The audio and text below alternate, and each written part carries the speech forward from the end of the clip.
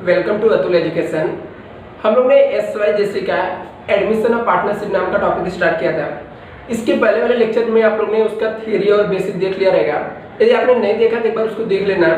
अभी हम लोग आगे उसको कंटिन्यू करते हुए इस वीडियो में हम लोग उस टॉपिक का पूरा कॉन्सेप्ट क्लियर करेंगे, स्टेप देखेंगे कैसे हम लोग को सम सॉल्व करना है। फिर इसके नेक्स्ट वाले लेक्चर में हम लोग सम को सॉल्व करेंगे। तो मैं आपको लास्ट वाले वीडियो का थोड़ा सा रिवीजन करा देता हूँ कि एक्चुअली में एडमिशन ऑफ पार्टनर्स होता क्या है। जैसे हमने देखा था कि मान लेते हैं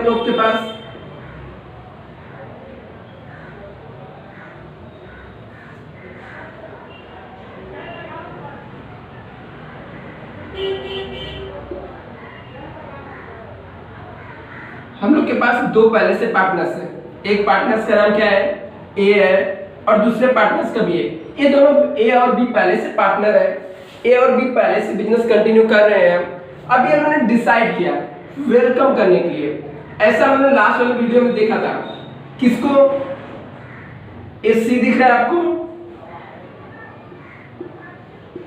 सी को इन्होंने क्या किया, बिजनेस में एडमिट किया। एडमिट किया मींस क्या, इसको अपने बिजनेस में ऐड कर लिया।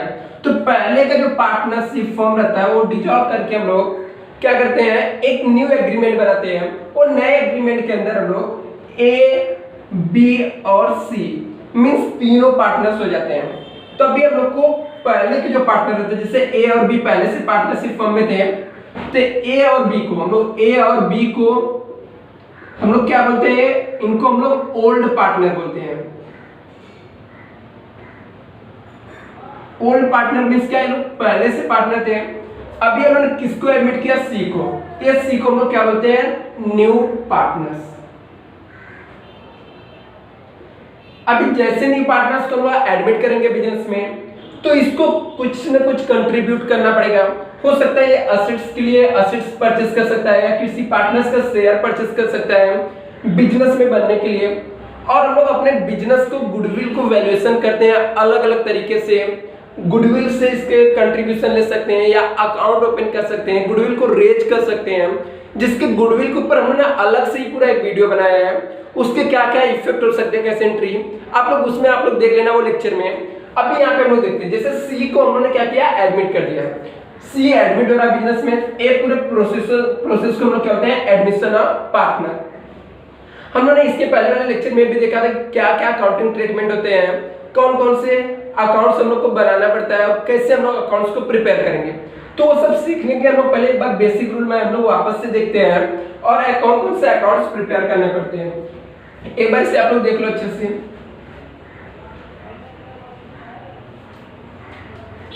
आई होप आप लोग को समझ गया रहेगा कि जो न्यू पार्टनर किसको बोलते हैं, ओल्ड पार्टनर किसको बोलते हैं। अभी देखो ये टॉपिक में हम लोग को अकाउंट्स, कौन कौन से अकाउंट्स बनाने पड़ते हैं और क्या क्या करना पड़ता है, हम लोग को कैसे सॉल्व करना पड़ता है सम को, वो हम लोग देखने का ट्राई करते हैं। इसके अंदर कुछ टर्म्स कंडीशन देखते हैं, या कैसे अकाउंट्स प्रिपेयर करना है। हम लोग को accounts necessary to prepare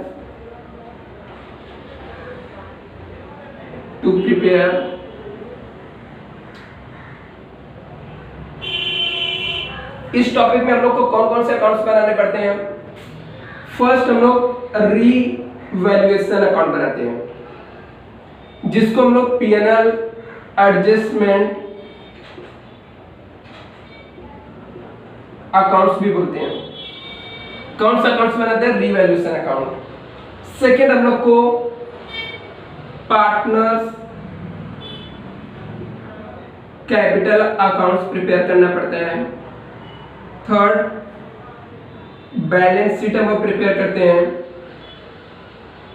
balance sheet of new firm means new partner को एडमिट होने के बाद का हम लोग बैलेंस शीट बनाते हैं। और वर्किंग नोट के पार्ट्स समझ के हम लोग क्या करते हैं, कैश बैंक अकाउंट्स प्रिपेयर करते हैं। अदर हम लोग क्या, गुडविल अकाउंट्स प्रिपेयर करते हैं। आप लोग इसे कॉपी कर लो, एक बार देख लो हम लोग को कौन कौन से अकाउंट्स प्रिपेयर करने पड़ते हैं। एक तो हम लोग को रीवैल्यूएशन अकाउंट्स प्रिपेयर करना पड़ता है। अदर हम लोग को पार्टनर्स कैपिटल अकाउंट, और फिर हम लोग को balance sheet of new firm और कैश बैंक अकाउंट और गुडविल अकाउंट्स बनाने पड़ते हैं। यदि हम लोग शॉर्ट में इसको समझे थोड़ा थोड़ा कि रिवैल्यूएशन अकाउंट्स क्या होता है। जैसे न्यू पार्टनर एडमिट होता है, न्यू पार्टनर फर्म में एडमिट हो रहा है, तो हम लोग जो भी हमारे पास असेट्स है लायबिलिटी रहता है उसका रीवैल्यू करते हैं, और उसका यदि कुछ इंक्रीज हुआ है असेट्स, उसकी जो बेनिफिट रहता है वो हम लोग किसको, ओल्ड पार्टनर को ट्रांसफर करते हैं, ओल्ड पार्टनर को देते हैं। मींस क्या, ये अकाउंट्स के अंदर क्या रिकॉर्ड करते हैं हम लोग, इंक्रीज असेट्स एंड लायबिलिटीज। हम लोग ऐसे बोल सकते हैं decrease increase assets and liability. जैसे फॉर एग्जांपल हम लोग को फर्नीचर का जो ओल्ड बैलेंस शीट की वैल्यू है वहां पे हम लोग को दिया कितना, 1 लाख, और इसका रीवैल्यू 80,000 हो गया। इसकी वैल्यू क्या हो गई, 20,000 से डिक्रीज हो गई है, तो हम लोग ये 20,000 रुपीस कहां पे रिकॉर्ड करेंगे, रीवैल्यूएशन अकाउंट्स के अंदर रिकॉर्ड करेंगे। कितना रिकॉर्ड करेंगे, 80,000 रिकॉर्ड करेंगे क्या, नहीं, हम लोगों ने जितने का डिफरेंस आया है, जिसके 1 लाख की वैल्यू थी उसकी रीवैल्यू कितना हो गई, 80,000 हो गया, तो हम लोग इसका कितना अमाउंट रिकॉर्ड करेंगे, जितने का डिफरेंस आएगा 20,000 का। ऐसे हम लोग जो भी असेट्स है लायबिलिटी के रीवैल्यू होंगे वो हम लोग कहां पे रिकॉर्ड करते हैं, रीवैल्यूएशन अकाउंट्स में रिकॉर्ड करते हैं। सेकंड थिंग, हम लोग को पार्टनर्स कैपिटल अकाउंट बनाना पड़ता है, तो इसके अंदर हम लोग क्या रिकॉर्ड करते हैं, ओपनिंग बैलेंस पार्टनर्स का। सेकंड हम लोग को अक्यूमुलेटेड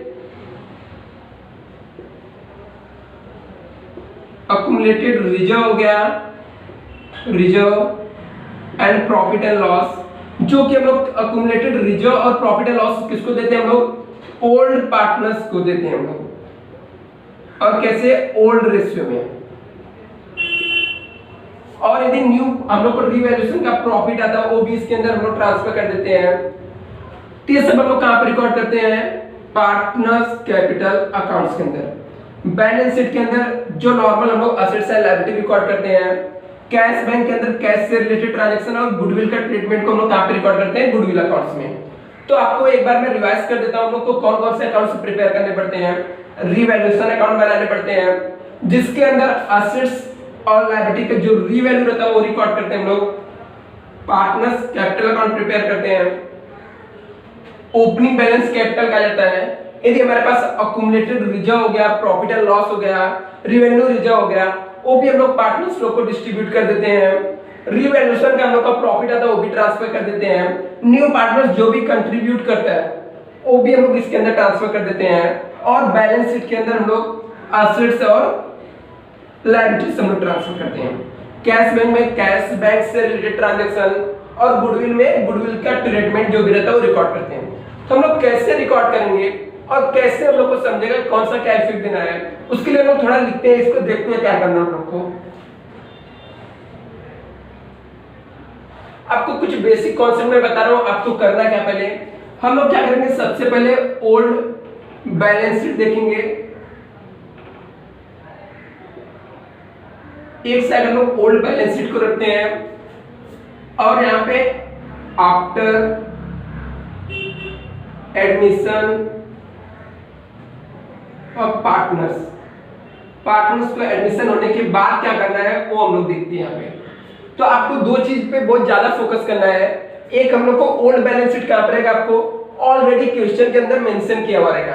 तो आपको सबसे पहले करना क्या बच्चा, हम लोग असेट्स ओल्ड बैलेंस शीट का जो भी असेट्स रहेगा उसको हम लोग ए को ट्रांसफर करेंगे ए में। ए में कहां पे, न्यू फर्म के बैलेंस शीट के अंदर ओल्ड फर्म के असेट्स को न्यू फर्म के बैलेंस शीट के असेट्स को असेट साइड में ट्रांसफर कर देंगे। लायबिलिटीज को कहां पे ट्रांसफर करेंगे, लायबिलिटीज में ट्रांसफर करेंगे। सिंपल एकदम, असेट्स को असेट्स में ट्रांसफर कर दिए, लायबिलिटीज को कहां पे ट्रांसफर कर देंगे, लायबिलिटीज में ट्रांसफर कर देंगे। ओल्ड बैलेंस शीट के अंदर जो आपको कैपिटल दिया रहेगा, जैसे फॉर एग्जांपल ए और बी का कैपिटल दिया हुआ है, एक कैपिटल को कहां पे ट्रांसफर करना है, न्यू फर्म का आफ्टर एडमिशन करने के बाद जो हम लोग अकाउंट्स प्रिपेयर करेंगे, पार्टनर्स कैपिटल अकाउंट्स में ट्रांसफर करना है। एकदम सिंपल, जो आपको ओल्ड बैलेंस शीट के लायबिलिटी साइड में कैपिटल दिया रहता है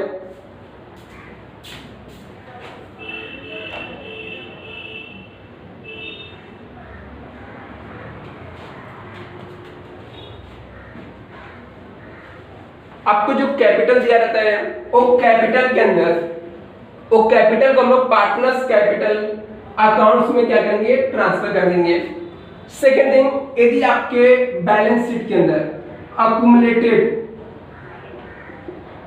रिजर्व दिया है, means general reserve, revenue reserve, reserve and surplus या फिर प्रॉफिट एंड लॉस दिया है, तो ये सब अमाउंट को एक कहां पे दिया रहेगा, ओल्ड बैलेंस शीट के अंदर यदि आपको मेंशन किया है, दिया हुआ है, तो इसको हम लोग ट्रांसफर कहां पे करेंगे, पार्टनर्स कैपिटल के क्रेडिट साइड में। और कौन से रेशियो में, ओल्ड रेशियो में ओल्ड पार्टनर को डिवाइड करेंगे, बिकॉज ये सब ओल्ड पार्टनर का है।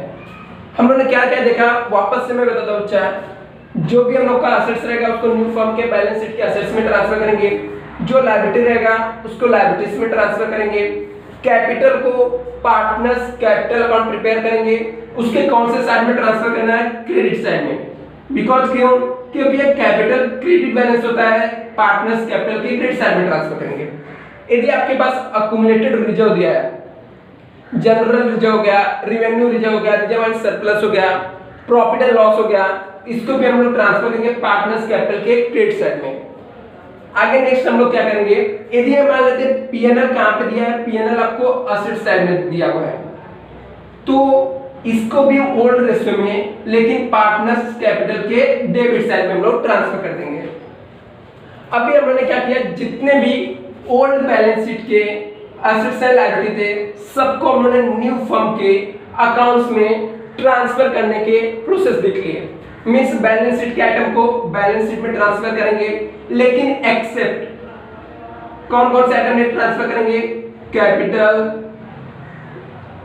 अक्यूमुलेटेड रिजर्व हो गया, प्रॉफिट एंड लॉस हो गया, ये सब छोड़ के बाकी सब ट्रांसफर कर देंगे। और कैश और बैंक को भी नहीं ट्रांसफर करेंगे। असेट्स में से कैश और बैंक को हम लोग एक्सेप्ट छोड़ के बाकी सब असेट्स को ट्रांसफर कर देंगे। फिर कैश कहां पे जाएगा, हम लोग कैश बैंक को कहां पे ट्रांसफर करेंगे, जो कैश बैंक रहेगा न्यू फर्म के कैश बैंक अकाउंट्स में, जो हम लोग कैश बैंक अकाउंट्स प्रिपेयर करेंगे, कैश बैंक अकाउंट्स के क्रेडिट साइड में, कौन से साइड में बच्चा, सॉरी असेट से इसको कहां पे ट्रांसफर करेंगे, डेबिट साइड में हम लोग क्या कर देंगे, ट्रांसफर कर देंगे। आई होप आपको इतना समझा ट्रांसफर का फर्स्ट स्टेप। स्टेप 1 हम लोग इसको लिख देते हैं। स्टेप 1 को हम लोग वापस से रिवीजन कर दे रहे हैं। आपके पास सब में पहले से ओल्ड बैलेंस शीट दिया रहेगा, जितने भी असेट्स रहेंगे सब असेट्स को न्यू फर्म में after admission of the partner, जो न्यू फर्म का बैलेंस शीट रहेगा उसमें ट्रांसफर कर देंगे। एक्सेप्ट किसको, कैश को, लायबिलिटीज को लायबिलिटी में ट्रांसफर कर देंगे। एक्सेप्ट किसको, कैपिटल हो गया, अक्यूमुलेटेड रिजर्व हो गया और प्रॉफिट एंड लॉस को। कैपिटल को फिर कहां पे ट्रांसफर करेंगे, पार्टनर्स कैपिटल के क्रेडिट साइड में। अक्यूमुलेटेड रिजर्व हो गया, profit and loss partners capital के क्रेडिट साइड में। पीएनएल को यदि डेबिट साइड में दिया है तो पार्टनर्स कैपिटल के डेबिट साइड में। यदि आपको कैश बैंक सब में दिया तो कैश बैंक को कैश बैंक अकाउंट के डेबिट साइड में। इतना कॉपी कर लो। फिर हम लोग स्टेप 2 देखते हैं इसके।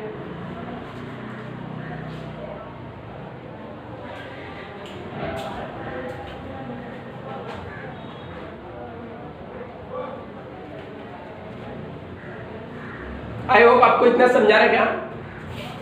आगे हम लोग इसे कंटिन्यू करते हैं। स्टेप 2 में भी आपको क्या करना है,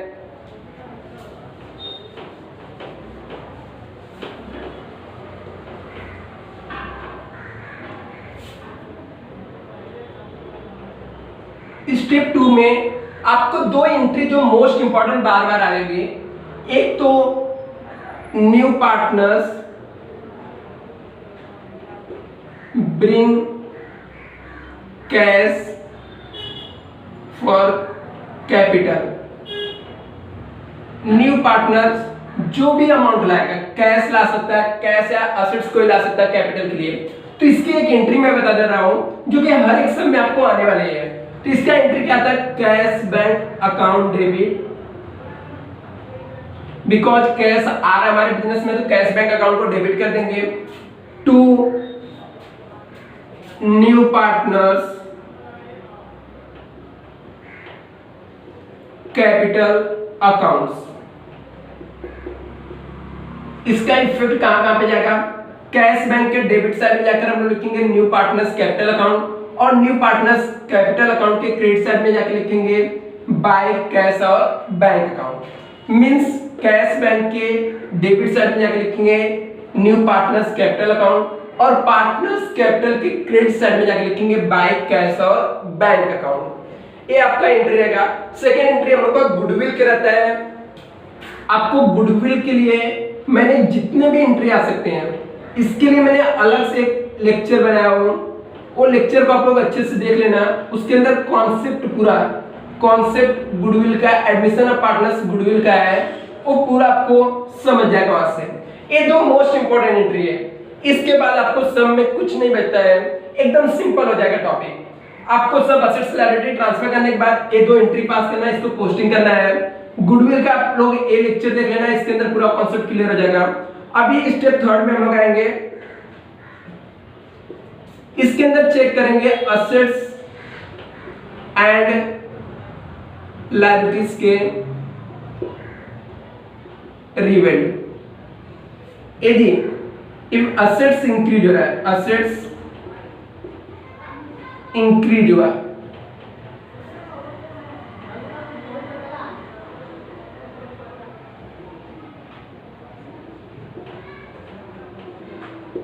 असेट्स यदि इंक्रीज हो रहा है, असेट्स की वैल्यू बढ़ रहा है, तो आपको क्या करना है, रीवैल्यूएशन अकाउंट्स को क्रेडिट करना। रीवैल्यूएशन अकाउंट क्रेडिटेड, उसको हम लोग क्या करेंगे, क्रेडिट करेंगे। कैसे? फॉर एग्जांपल मैं देता हूं आपको, बिल्डिंग का ओल्ड बैलेंस शीट के अंदर, ओल्ड फर्म के बैलेंस शीट के अंदर 20,000 इसका बुक वैल्यू दिया है, इसकी वैल्यू इंक्रीज होके इसका रीवैल्यू कितना हो गया, 30,000। मींस एसेट्स की वैल्यू कितने से इंक्रीज हो गई, 10,000 से इसकी वैल्यू क्या हो गई, इंक्रीज हो गया। तो 10,000 रुपीज हम लोग क्या करेंगे, कहां पे रिकॉर्ड करेंगे, रीवैल्यूएशन अकाउंट के क्रेडिट साइड में, और 10,000 हम लोग क्या करेंगे, बैलेंस शीट के अंदर 20,000 पहले से था, इसके अंदर हम लोग जाकर ऐड कर देंगे, 10,000 हम लोग ऐड कर देंगे। तो बैलेंस न्यू फर्म की जो बैलेंस शीट रहेगा उसके अंदर इसकी वैल्यू कितना हो जाएगा, 30,000 हो जाएगा। और 10,000 को जो बेनिफिट हो गया, जो प्रॉफिट हो गया इंक्रीज होने के बाद, एक कहां पे चला जाएगा, रीवैल्यूएशन अकाउंट के क्रेडिट साइड में, जिसकी बेनिफिट किसको मिलेगा, पार्टनर्स लोग को मिलेगा, जो ओल्ड पार्टनर रहेंगे। एक इफेक्ट हो गया आपको इंक्रीज का। सेकेंड, यदि एसेट्स की वैल्यू डिक्रीज हुआ,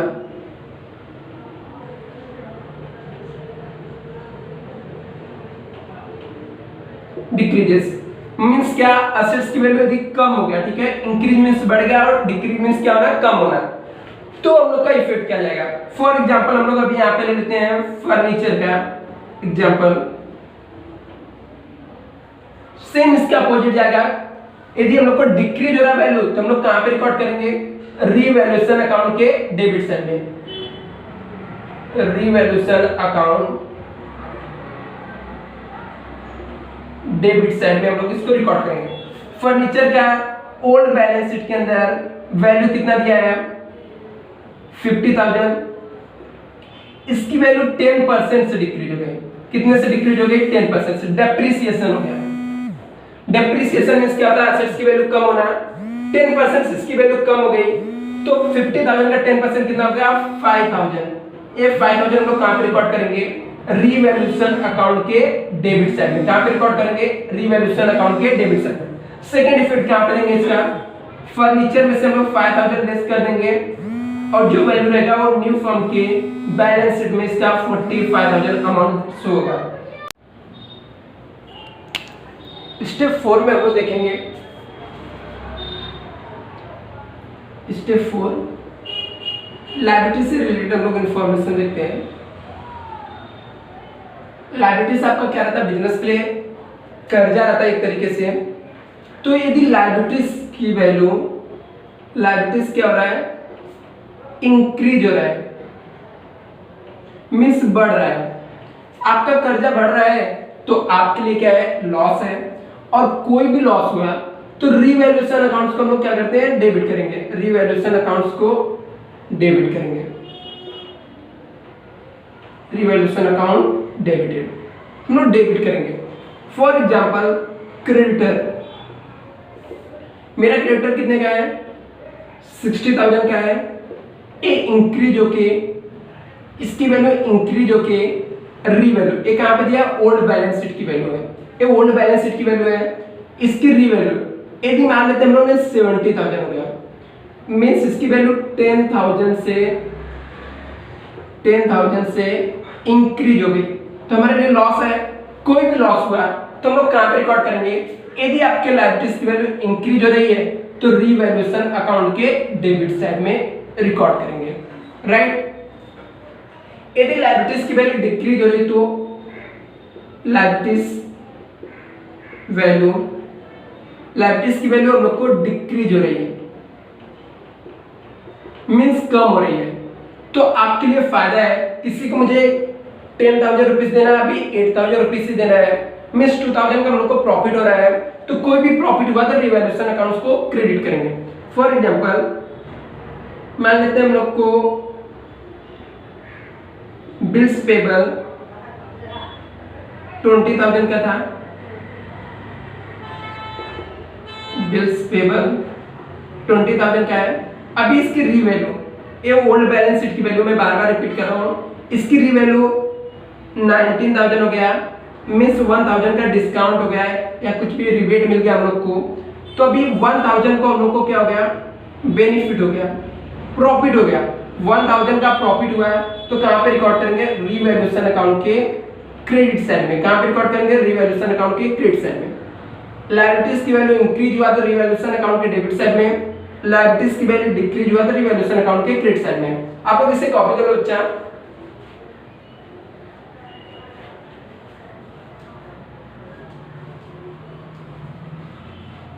हो गया। अभी देखो हम लोग को मैं वापस एक बार आपको एक्सप्लेन कर देता हूं, सिंपल सा लॉजिक है, कोई भी एसेट्स की वैल्यू यदि इंक्रीज हुआ, हमारे लिए प्रॉफिट हुआ, हमारे लिए इनकम हुआ, तो कहां पे लिखेंगे रिवैल्यूएशन अकाउंट के क्रेडिट साइड में रिकॉर्ड करेंगे। कोई भी लॉस हुआ, एक्सपेंस हुआ, तो कहां पे रिकॉर्ड करेंगे रिवैल्यूएशन अकाउंट के डेबिट साइड में रिकॉर्ड करेंगे, दैट्स इट। इसके बाद हम लोग को आगे का जो प्रोसेस रहता है इसमें हम लोग स्टेप 5 लिख सकते हैं। हम लोग आपको new profit sharing ratio calculate करना है, new profit sharing ratio. Last lecture मैंने इसका पूरे फॉर्मूले को बताया, मैं वापस एक बार फॉर्मूला लिख देता हूं। न्यू प्रॉफिट शेयरिंग रेशियो का फॉर्मूला होता है 1 minus new partner share into old ratio. ये ओल्ड रेशियो क्या होता है बच्चा, जो पहले वाले पार्टनर जिस रेशियो में प्रॉफिट एंड लॉस शेयर करते थे, ये रेशियो आपको कहां पे दिया रहता है, सम के अंदर, क्वेश्चन के अंदर ऑलरेडी मेंशन किया रहता है। और ये new profit new partner share कहां पे रहता है, ये भी सम के अंदर आपको मेंशन किया दिया रहेगा एडजस्टमेंट के अंदर कि न्यू पार्टनर्स को इन फ्यूचर में इतना शेयर हम लोग देने वाले हैं। तो इसके बेस पे हम लोग new profit sharing ratio calculate करते हैं। तो न्यू प्रॉफिट शेयरिंग रेशियो क्या हम लोग को हर एक सम में कैलकुलेट करना पड़ता है? न्यू प्रॉफिट शेयरिंग रेशियो क्या हम लोग को हर एक सम में कैलकुलेट करना पड़ता क्या? नहीं, बिल्कुल ऐसा कुछ भी नहीं है। आपको न्यू प्रॉफिट शेयरिंग रेशियो तभी कैलकुलेट करना है जब आपको सम में कहीं पे ऐसा मेंशन किया है कि न्यू पार्टनर्स का एडजस्टेड कैपिटल कैलकुलेट करना है। न्यू पार्टनर्स के कैपिटल के बेस पे हर एक पार्टनर्स का कैपिटल को एडजस्ट करना है। तो और हम लोगों ने एक चीज और सुना है कि गुडविल को सैक्रिफाई रेशियो में डिवाइड करना रहता है। ये भी कॉन्सेप्ट मैं आपको क्लियर कर देता हूं। आपको सब में सैक्रिफाई रेशियो तभी कैलकुलेट करना है जब आपको सब में new profit sharing ratio already given है, दिया हुआ है। यदि आपको न्यू प्रॉफिट शेयरिंग रेशियो आपको सब में नहीं दिया हुआ है पहले से, तो आपका जो ओल्ड रेशियो रहता है उसी को हम लोग सैक्रिफाई रेशियो मान लेते हैं और उसी बेस पे आपका सम सॉल्व हो जाएगा, तो आपका टाइम सेव हो जाएगा। ये छोटी छोटी बातें आपको बहुत ध्यान रखना पड़ता है कि टाइम पे आपका पेपर भी कंप्लीट हो, सम को आप अच्छे से सॉल्व कर सकते हो। आपको मैंने जितना भी डिटेल वीडियो में दिया है पूरा कॉन्सेप्ट क्लियर कर लो, आगे आपको चैप्टर में कहीं पे भी कोई प्रॉब्लम नहीं आएगा। यदि फिर भी प्रॉब्लम आता है आपको तो आप मुझे कमेंट बॉक्स में कमेंट कर दीजिए। Thank you so much. हम लोग नेक्स्ट लेक्चर में वापस से सम को क्वेश्चन को सॉल्व करेंगे। Thank you.